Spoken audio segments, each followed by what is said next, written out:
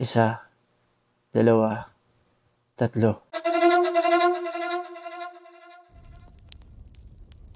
Sa isang ordinaryong opisina, tulad ng karamihan sa mga BPO, marami sa mga empleyado ang hindi talaga kapansin-pansin. Tahimik, hindi mahilig magpaabot ng atensyon, at madalas nananatili sa sarili nilang mundo. Isa na dito si Cassandra. Si Cassandra ay may kakaibang katahimikan. Parang hindi mo siya kayang basahin. Wala siyang gaanong naririnig na chismis. Hindi siya yung tipo ng tao na bida sa mga usapan o sa mga kasiyahan. Kung titingnan mo siya, ang mukha ni Cassandra ay parang isang misteryo. Walang bakas ng emosyon. Kumbaga, hindi mo alam kung masaya ba siya o galit.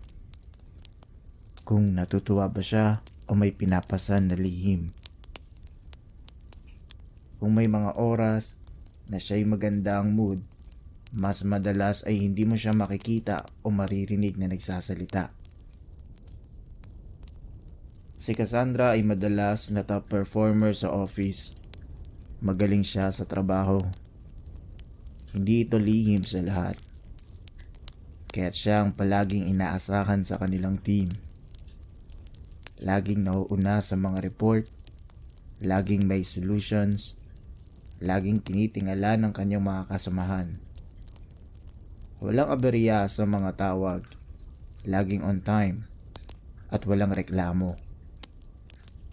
Kung magtatrabaho siya, hindi mo na kailangang i-follow up dahil laging tapos na ang kanyang mga task. Pero hindi lahat ay nakikita ang kanyang kabutihan, lalo na si Bea. Si Bea, isa sa mga kaibigan ni Cassandra sa office. Palaging nakikihati sa baon ni Cassandra. Marami na ang pagkakataon na napapansin nito ni Cassandra. Tanging isang ngiti lang at di pag-iwas ang pinapakita ni Cassandra kay Bea. Isa itong kabaitan na hindi na siya nagsasalita. Madalas, bago pa mag-lunch si Cassandra, makikita niya na may nabawas na sa kanyang baon. Kung tutuusin, ito ay hindi isang simpleng aksidente lang. Alam niyang pinapalitan o kinukuha ni Bea ang kanyang pagkain nang walang pahintulot. Laging nangyayari ito. Walang masyadong reklamo. Walang sinasabi si Cassandra. Si Bea ay patuloy sa kanyang ginagawa. Paulit-ulit, araw-araw, hanggang sa isang araw, sa isang hindi malilimutang lunch break. Isang eksena ang nagbukas ng mga mata ng mga tao sa opisina. Sa hindi nila inaasahan, nangyari ang isang bagay na magpapabago sa lahat. Lunchtime nang maganap ang mga hindi inaasahang insidente. Kasama si Bea sa mga kakain sa pantry. Nang bigla niyang naramdaman ang kakaibang sakit, hindi siya makapagsalita. Parang may nararamdaman siyang malupit na sakit sa tiyan, at nang nagsimula siyang magsuka ng dugo, ang lahat sa opisina ay nagpanik. Ang mga mata ni Bea ay namumula at hindi na siya makahinga ng maayos.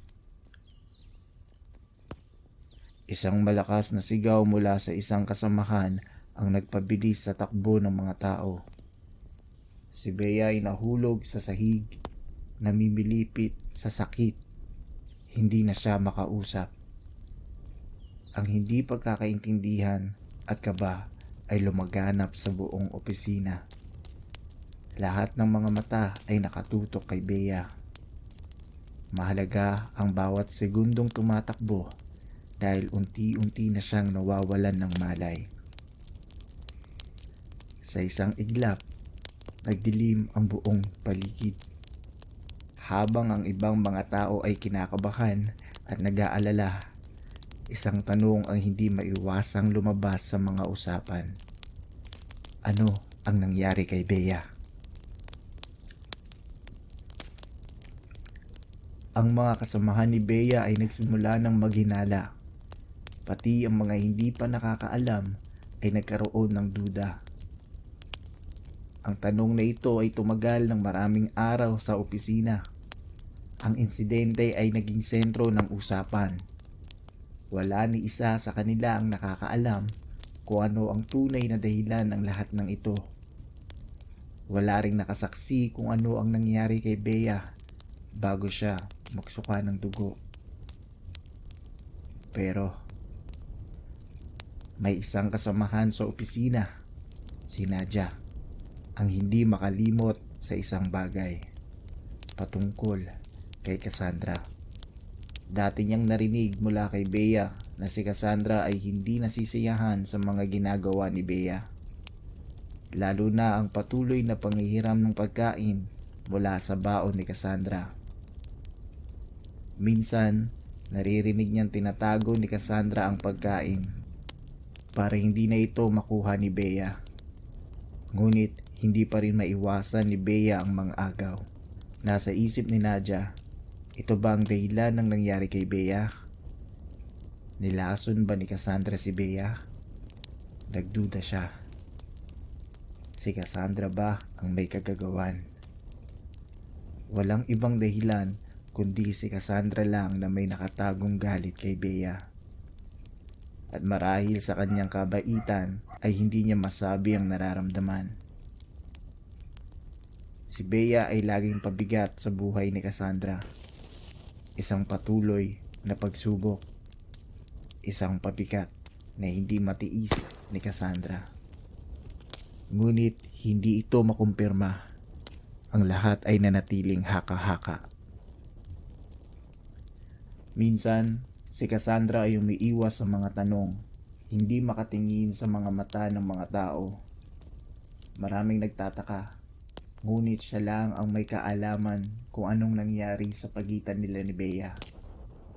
Walang nagsasalita.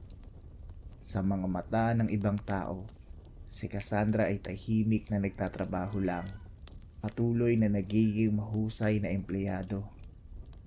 Hindi siya naglalabas ng anumang emosyon. Pero sa kanila, si Cassandra ay ang huwarang empleyado. Pero ang isang tanong ay hindi may iwasan ng mga kasamahan sa opisina. Mayroon bang tinatagong lihim si Cassandra? Isa sa mga sumunod na araw, habang nagkakape si Nadia kasama ang ibang mga kasamahan, nagkaroon sila ng pagkakataon na magtanong tungkol kay Cassandra. Si Nadia na hindi pa rin mapakali sa mga nangyari kay Bea ay nagtanong ng isang simpleng tanong. Kilala niyo ba talaga si Cassandra? Yung sa huling insidente kasi. Nagkatinginan ang iba pang mga kasamahan. Hindi direktang nasabi ni Nadia ang mga hinala niya tungkol kay Cassandra. Pero ang nararamdaman nila ay pare-pareho.